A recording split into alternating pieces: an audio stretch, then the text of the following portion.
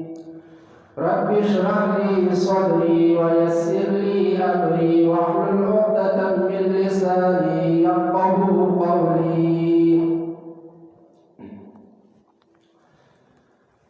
عزتمندو مسلمانانو،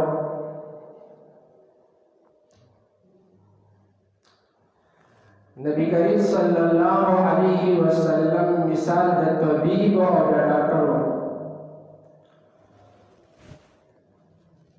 نبی کریم صلی اللہ علیہ وسلم به د خلکو علاج کوو، په هره طریقه باندې به کوو.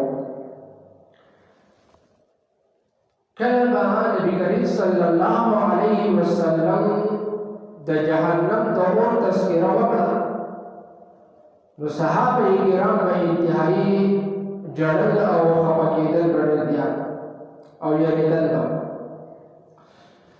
بیا به نبی کریم صلی الله علیه وسلم طریقه دا وه چې صحابه کرامو ته به د جنت تذکرې کولې او ویل به چې په جنت کې به دا نعمتونه وي، دا به وي، دا به وي. صحابه کرامو هغه خفګان او د هغه ژړا به ختمه کړه. داسې بله معامله وه په معاشره کې، نو نبي کریم صلی الله علیه وسلم به د هغه اصلاح کوله او د هغې لپاره د علاج صحابه کرامو ته ښودلو چې داسې مه کوئ، دا مه کوئ، په دې کار باندې الله خفه کېږي. نو دا به نبي کریم صلی الله علیه وسلم د اصلاح طریقه وه.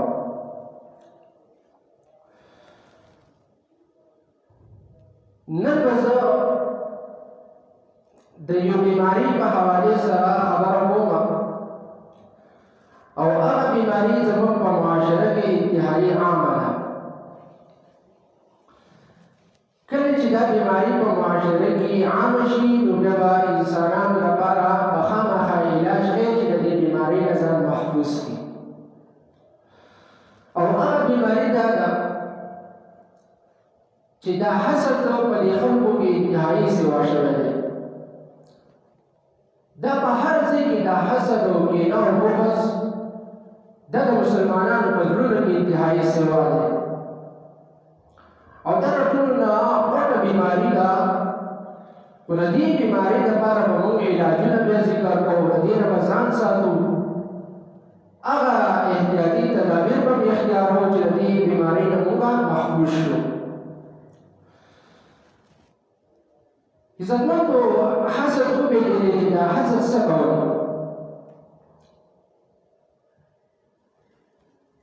نو حسد دا دې ته ویل شوي چې په معاشره کې یا چېرته یو مسلمان نه الله تعالی یو لوی نعمت ورکړی،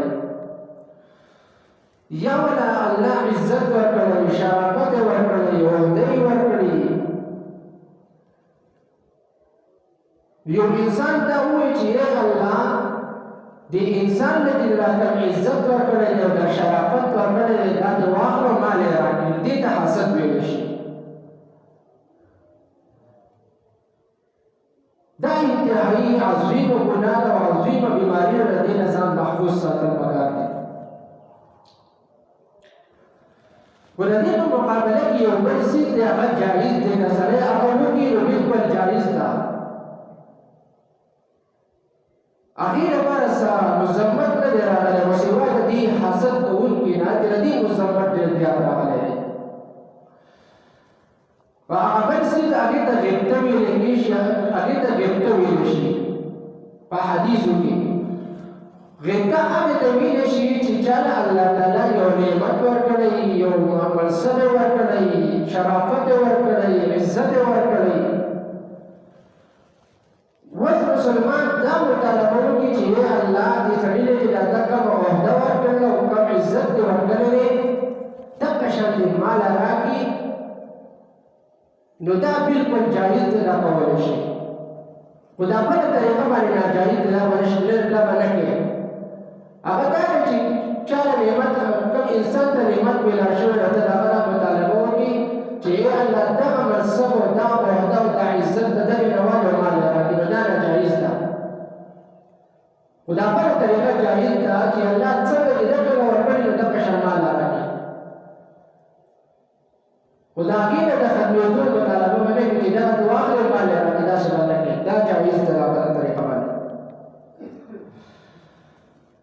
او د حسد کو ذمت دا په حدیث کې راغلي دی په قرآن مجید کې راغلي دی چې د حسد د ځان محفوظ کې ځان دی وساتي. حضرت ابو هريره رضی الله تعالی عنه وی إياكم والظن فإن الظن أكذب الحديث.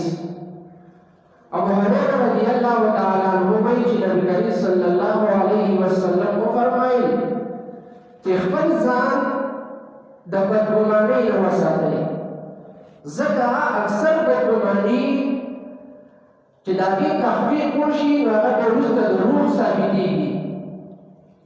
نو بدګمانۍ نه ځان وساتئ، ځکه بدګماني اکثر د روح کېږي. د دې د روح نه ځان ساتل پکار دی. خو چې ګمان کې د مسلمان دپاره ښه ګمان به دی، د مؤمن دپاره به ښه ګمان کې د بدو ګمانونو به ځان ساتي. او بیا وایي ولا تحسسوا ولا تجسسوا، د یو بل عیبونه به بیانوئ. یو سړی دې په یو کار باندې ولیدو هغه عیبونه ورته خلکو ته بیانوي، نو دا به نه کوي. د دې نه منع وفرمایله شوه. ولا تجسسوا، جاسوسي به نه کوي چې هغه ته دې وخت ورکوي یا ورته شاته پټ پټ روان وي چې هغه پلانې ته څه خبرې کوي.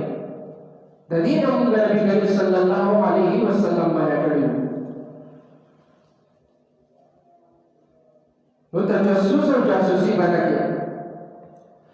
ولا تحاسدوا ولا تباغضوا، د یو بل سره به حسد او بغض هم نه ساتئ، کینه او بغض دا به هم نه ساتئ. د دې نه نبي کریم صلی الله علیه وسلم منع کړي. او یو بل ته برد بد نه وایئ، د یو بل بدي به نه بیانوئ. او نبی کریم صلی الله علیه وسلم فرمایي وکونوا عباد الله اخوانا، د الله تعالی بندګان جوړ شئ، ورونه جوړ شئ. نو په دې حدیث کې د حسد او د بغض نه منع راغله چې د حسد نه او د بغض نه به ځان ساتو. او بیا نبی کریم صلی الله علیه وسلم دا فرمایي ولا يحل لمسلم ان يهجر اخاه فوق 3 ايام. د یو مسلمان ورور دپاره دا جایز نه دي چې د بل مسلمان ورور سره د 3 ورځو نه زیاته ورانه کړي. د ورانې نه به ځان ساتو. اوس په معاشره کې اکثر خلکو معاملات د بعضو خرابي، خو د هغې د اصلاح طریقه موږ ته په قرآن مجید کې ښودلې ده چې د هغې د اصلاح طریقه څه ده. چې کله د دوو مسلمانانو په خپل منځ کې اختلاف راغلی په یو معامله کې، د هغو اختلاف او جګړه پیدا شوه، نو د هغې د حل لپاره موږ د هغې یو طریقه ښودلې ده چې وإن طائفتان من المؤمنین اقتتلوا فأصلحوا بینهما، د هغې په منځ کې صلح وکړئ. وکه چېرته په دې دواړو کسانو کې یو کس په بل کس باندې ظلم کوو او یو حق د هغه نه کېږو، دی وایي چې نه دا حق زما دی. د هغې طریقه یې ښودلې ده چې ته د مظلوم سره ودرېږه، د ظالم خلاف ودرېږه، که په عدالت کې او که په هر ځای کې د هغې خلاف ودرېږه او د مظلوم مرګستیا وکړه.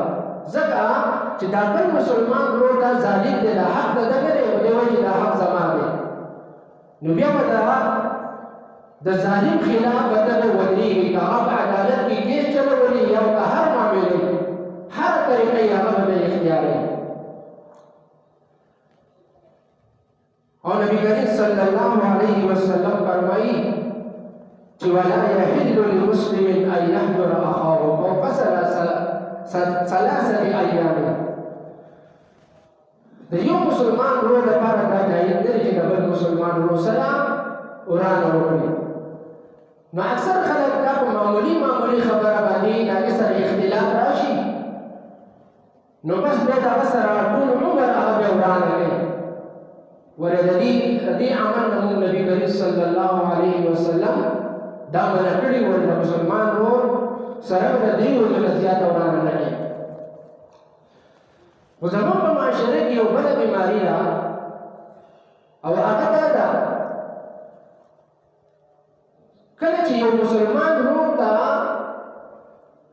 څه نقصان ورسي څه مصیبت ورسي نو دا بل مسلمان ورور به خوشحالي کوي وګوره دا فلاني سړي ته نقصان ورسي او مصیبت ورسي نو خوشحالي به کوي په دې کار باندې نبی کریم صلی الله علیه وسلم منع کړی او ویلي دي چې لا تظهر الشماتة شماتت دې ته ویلي چې یو مسلمان ورته تکلیف ورسېدو د هغه کاروبار ته نقصان ورسېدو د هغه بزنس ته نقصان ورسېدو نو بل مسلمان به خوشحالي کوي ښه ده چې مړه دا کاروبار او دا بزنس یې خراب شو ختم شو په دې قسمه خوشحالۍ باندې په دې نقصان په دې خوشحالۍ یو سړی به نقصان په دې سیند باندې خوشحالي کوي نو دې کار به نبي کریم صلی الله علیه وسلم منع کړی او بیا نبی کریم صلی الله علیه وسلم دا ویلي دي چې کوم مسلمان د چا په نقصان باندې خوشحاله شو وی الله به داسې وکړي چې کوم انسان باندې مصیبت راغلی دی نو دې مصیبت نه به الله تعالی نجات ورکړي او دغه سړی ورپسې اخته کړي په دغه مصیبت کې به دغه انسان مبتلا کړي چې کوم انسان د چا په نقصان باندې خوشحالي کوله نو دې کار هم نبي کریم صلی الله علیه وسلم موږ منع کړي وو نو د حسد نه د دې څیزونو نه ځان ساتو او نبی کریم صلی الله علیه وسلم دا فرمایي چې یو ایمان دی یو حسد دی ایمان او حسد د چا په زړه کې یو ځای نه راځي یو سړی چې زه حسد کوم نو لکه په زړه کې به ایمان دی او یو سړی چې نه زما په زړه کې ایمان دی نو حسد به نه مطلب دا ہے نبی کریم صلی اللہ علیہ وسلم فرمائے لا یجتمعان فی قلب عبد الایمان والحسد دا یو بنده په زړه کې دوه څیزونه نه جمع کوي یو ایمان او یو حسد چې حسد یې نو ایمان بنئ او چې ایمان یې نو حسد بنئ نو دې ته دومره ناکاره عمل دی د دې نه ځان ساتل پکار دی خپل ایمانونه محفوظ کول پکار دی ایمان به هغه محفوظ کېږي چې ته کله حسد او کینه نه کوې نو چې ته حسد هم کوې کینه هم ساتي بغض ساتي نو ستا دا ایمان به څنګه بیا محفوظ شي نو دا دواړه نه جمع کېږي حضرت معاویه رضی الله تعالی عنه وایي چې ته ټول مسلمانان خوشحاله کولی شم هر مسلمان خوشحاله کولی شم سوا د هغه انسان چې کوم انسان هغه حسد کوي د خلکو سره کینه او بغض ساتي نو دا نشي خوشحالولی ځکه چې هغه حسد کوي نو حسد هغه دې ته ویلی شي چې الله نعمت ورکړی دی نو دغه نعمت د هغې مطالبه کوي چې دغه دې والې ورباندې راکړي نو چې انسان دغه حسد کوي نو دغه په دغه عمل باندې صرف هغه خوشحالېږي چې د مسلمان دا نعمت دا ضایع شي او ختم شي نو صرف دغه حاسد انسان چې حسد کوونکی دی نو داسې یوه په دغه قسم باندې خوشحالېږي چې د مسلمان دا نعمت دا ختم شي او دا ماته میلاو شي په دې باندې صرف دغه حاسد انسان خوشحالېږي نو نبی کریم صلی الله علیه وسلم موږ ته دا فرمایلي دي چې په ټولو انسانانو کې د ټولو نه افضل او غوره مسلمان او انسان کوم یو دی ښه انسان او غوره انسان په هغې کې د حسد نه جمع کېږي غوره انسان به موږ دې ته ووایو چې هغه مزدونه کوي د هغه معاملات برابر دي هغه اخلاق ټیک دي هغه عبادت کوونکی دی دغه ته ښه انسان وایي نبي کریم صلی الله علیه وسلم فرمایي چې دا ښه انسان په دې کې حسد نه راځي دا حسد په هغې کې نه جمع کېږي په دې ښه انسان کې عبدالله بن عمر رضی الله تعالی عنه وایي چې نبی کریم صلی الله علیه وسلم ته تپوس وشو ای الناس افضل په انسانانو کې د ټولو نه افضل او غوره انسان کوم یو دی نو نبی کریم صلی الله علیه وسلم ته فرمایل کل محموم القلب هغه زړه چې هغه صفایي محموم القلب او قلب والے صدور الانسان چې کوم انسان رښتیا وي په خپله ژبه باندې رښتیا وایي نو نبي کریم صلی الله علیه وسلم نه تپوس وشوی د الله رسوله مونږه صدور الانسان نعرفه مونږه خو رښتیا ویونکی مسلمان پیژنو خو محموم القلب دا سړی نه پیژنو چې دا محموم القلب چاته ویلی شي نو نبی کریم صلی الله علیه وسلم وفرمایل چې له ټولو نه غوره انسان هغه دی چې په خپله ژبه باندې په احوالو کې رښتیا وایي په خپل ځان باندې رښتیا لازموي او دویم هغه محموم القلب هغې ته ویلی شي هو التقي النقي لا اثم فيه هغه زړه ته ویلی شي چې هغه زړه ته الله نه یریږي محموم القلب هغې ته ویلی شي هغه زړه ته چې د هغه زړه صفایي د ګناهونو نه صفایي د هغه په زړه کې خیانت نه وي د هغه په زړه کې غلا نه وي او نبي کریم صلی الله علیه وسلم فرمایي محموم القلب هغه زړه دی چې ولا حسد چې هغې کې حسد نه وي نو دا په ټولو کې د ټولو نه غوره انسان دی په خلکو کې یو دا شو چې صدوق اللسان چې یو سړی همیشه دپاره رښتیا وایي دی په خپل په رښتیا ویلو کې احتیاط کوي ځکه حدیث کې راځي نبي کریم صلی الله علیه وسلم فرمایي وایي دا رښتیا ویل دا نیکۍ طرف ته رسول کوي او نیکي ته جنت ته رسول کوي او بیا فرمایي چې یو سړی رښتیا وایي او په رښتیا ویلو کې احتیاط کوي وایي دا به د الله په نیت باندې رښتونکی نه ولیکلی شي او بیا نبی کریم صلی الله علیه وسلم دا وفرمایل چې د دروغ نه ځان وساتئ دروغ دا نافرماني طرف ته رسول کوي او نافرماني دا اور د جهنم ته رسول کوي که یو سړی دروغ وایي په دروغو کې احتیاط نه وي نو دا به د الله په نیت باندې دروغجن ولیکلی شي نو په خپل ځان باندې دا خوی لازمول انتهایي ضروري دي یو به دا شو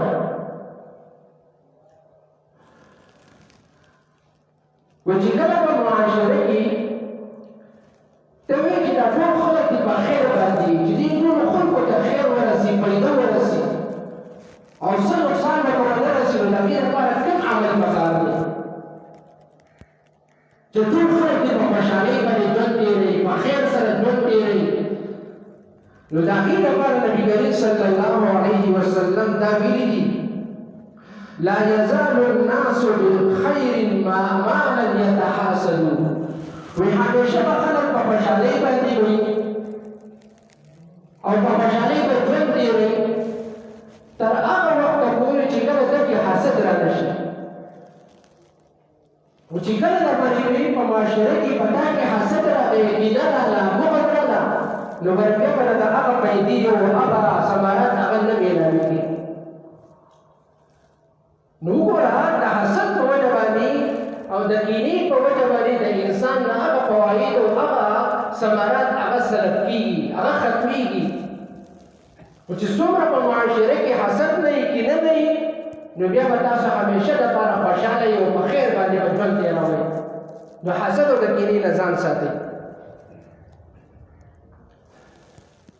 او نبی کریم صلی الله علیه وسلم دا فرمایي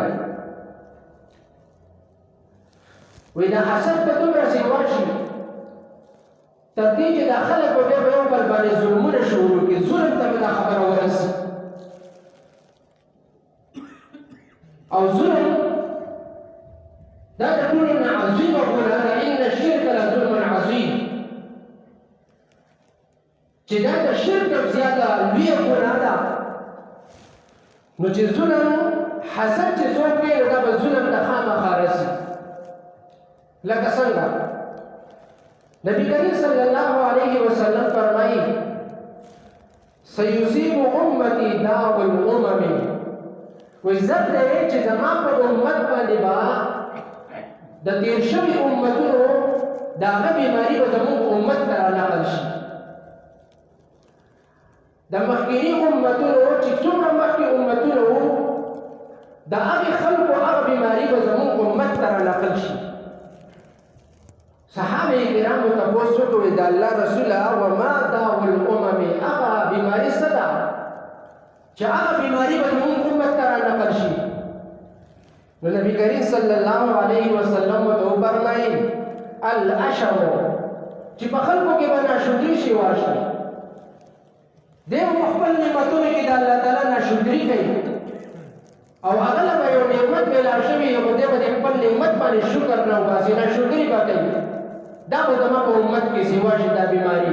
دا وګورئ نن په دې امت کې شته که نشته؟ دنیا نعمتونه ورته میلاو دي، واړه غټ ټول نعمتونه ورته میلاو دي، خو د هغې ناشکري کوي. بل د ټول نه غټه ناشکري دا ده اکثر په کور کې زنانه چې کله لوښي مینځي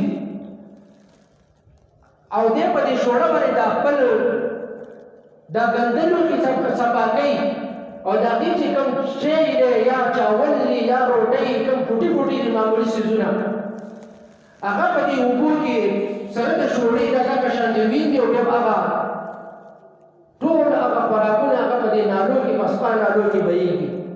د دې نه بله غټه ناشکري شته؟ وی دا به زموږ امت کې دا بیماري سیوا شي. دا وګورئ دا بیماري دا دې امت ته رانقل شوي دي د مخکې امتونو نه. ناشکري به سیوا شي. دویمه بیماري دا ده چې والبطر، سرکشي به سیوا شي، تکبر لویي به سیوا شي. دا وګورئ زموږ په معاشره کې شته که نه؟ تکبر شته، هر قسم لویي شته. او قرآن کې الله وایي ولا تمشي فی الارض مرحا، ته په د مخ ته مځکه باندې په تکبر او په لویي مه ګرځه، ځکه ته دا ځمکه نشي شنولی. دا بیماري زموږ امت ته رانقل شوې ده. او بیا وایي والتکاثر، مالونه به زیات جمع کول دا به سیوا شي چې هر انسان به مال نه جمع کوي او راوړي به په بېلکونې کې به جمع کوي، په هر ځای کې به ځان دپاره جمع کوي. دا بیماري زموږ په امت کې سیوا شوې ده. او بیا والتناجش فی الدنیا، او دا بیماري به هم سیوا شي چې یو بل نه به په مال ګټلو کې د یو بل نه به مخکې کېږي.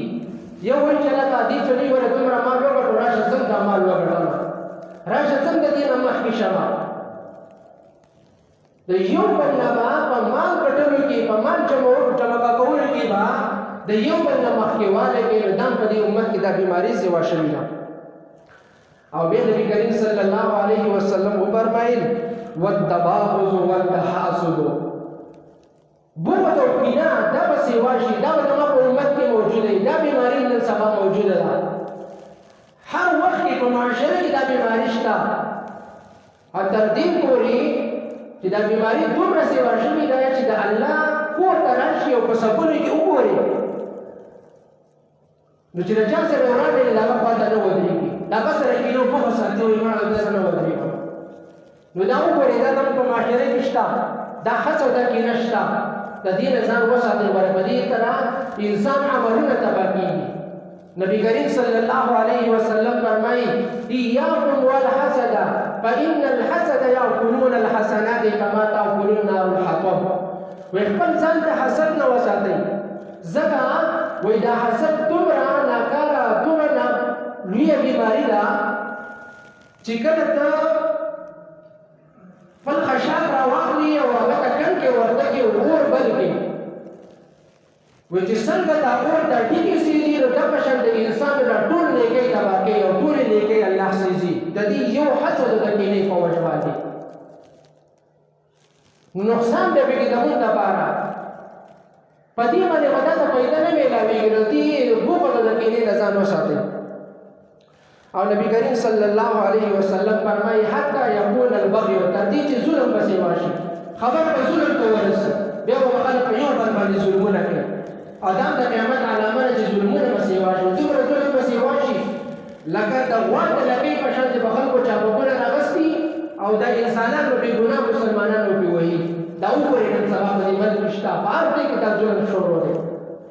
دا د قیامت علامه ده او دا بیماري زموږ د امت ته رانقل شوې هم ده.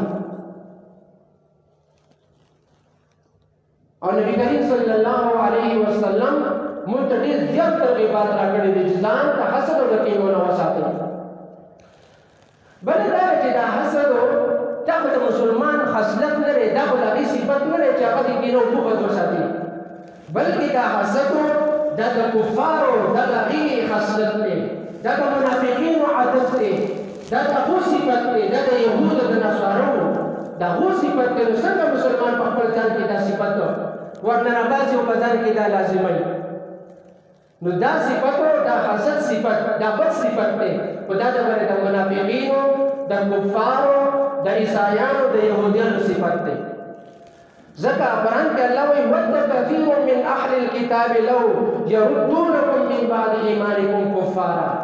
وایي زیات اهل کتابونه دا خبره خوښوي چې اهل ایمان والا چې هغه د خپل ایمان نه کفر طرف ته واپس کړي.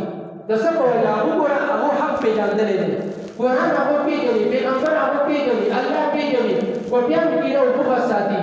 د عناد د وجې نه د کفر د وجې نه هغه حق ټکراوي او د حسد د وجې نه هغه ایمان نه راوړي. نو دا د هغو بیمارۍ ده. نو موږ یې ولې کوو؟ د دې بیمارۍ نه ځان محفوظ کړي. او د دې یو څو مثالونه یو څو واقعیات به ستاسو مخې ته کېږدم چې دا حسد دومره ناکاره څیز دی چې په دې سره د انسان ډېر زیات نقصانات هغه ته میلاوېږي په دې یو عمل باندې. د ټولو نه اولنی مثال زه به د قرآن نه دا ورکړم، هغه دا دی چې ابلیس نو شیطان ده د آدم علیه السلام سره کینه او حسد کړی. ولې په څه وجه؟ ګوره دا شیطان چې و دې له الله تعالی یو لوی مرتبه ورکړې وه. اول ده له الله تعالی ښایسته شکل ورکړی و، ښایسته اواز یې ورله ورکړی و، او ده د الله تعالی ډېر زیات عبادت کوونکی یې بنده هم و چې د الله به ډېر زیات عبادت به هم کوو، په فرشتو باندې خپل کې به هم ناست و. دا لوی لوی کمالات هغه د شیطان ته میلاو شوي وو. خو چې کله الله تعالی آدم علیه السلام پیدا کړو نو الله تعالی فرشتو ته وویله چې تاسو آدم علیه السلام ته سجده وکړئ. نو هغه فرشتو راولېږېدلو آدم علیه السلام ته چې سجده وکړه، ټول ورته وکړه سوا د یو ابلیس نه او د هغه شیطان نه. هغه ویله وایي زه دې د اوره پیدا کړی یم او دا دې د خټې له خاورې نه پیدا کړی دی، نو زه څنګه دې ته سجده وکړم؟ ځکه چې دې له تا کوم مرتبه او کوم مقام هغه د یو ناکاره څیز په وجه باندې تا هغه له ورکړو چې اوس به ته فرشتې سجده کوي او زه دې د اوره پیدا کړی یم، نو ما ته دا مقام او دا عزت ولې نه راکړي؟ نو الله تعالی د هغه د جهنم نه راویستو، ذلیل یې کړو، رسوا یې کړو او د هغه ټول کوم صفات چې وو، کوم ښایسته صفتونه وو، هغه دې الله واخیستل، هغه دې اوبو ویوړل، هر څه ختم شو، ښایسته اواز یې ختم شو، شکل یې ختم شو، هغې نه الله ذلیله جوړ کړو. دا د یو دې حسد په وجه باندې. بله واقعه هغه په قرآن کې موجود ده، تفاسیرو کې د هغه واقعیت داسې نقل کړې ده چې یو حابیل او یو قابیل و، دا دواړه وروڼه وو. حابیل او قابیل دا دواړه خپل وروڼه وو، خو هغه مخکې به دا چل وه چې کله به قرباني خلکو وکړه نو د هغې د قبولوالي دپاره به نښه دا وه چې د اسمان نه به اور راغی، نو چې کله د قرباني وسېدله نو د دې مطلب به دا و چې د دې نړۍ سړي دا قرباني قبوله شوه. نو هغه ته دې دواړو وروڼو ته دا ویل چې تاسو قرباني پیش کړئ. نو هغه په صفا میدان کې هغه خپله قرباني پیش کړه. نو حابیل نه ولېږېدو، هغه ډېره ښایسته قرباني پیش کړه، عمده قرباني هغه پیش کړه، او دې بل ورور قابیل هغه ناکاره او ردي بېکاره قرباني هغه پیش کړه. نو الله تعالی د بر د اسمان د طرف نه اور راولېږلو، هغه د حابیل هغه قرباني قبوله شوه، د قابیل قبوله نه شوه. نو دې قابیل وویله دې حابیل ته او حسد او کینه یې وکړه چې یاره قرباني خو ما وکړه او ده م وکړه، نو د ده قرباني ولې قبوله شوه، زما د ولې قبوله نه شوه؟ نو حسد او کینه یې وکړه. نو د هغې په وجه باندې هغه راولېږېدو، خپل ورور یې قتل کړو.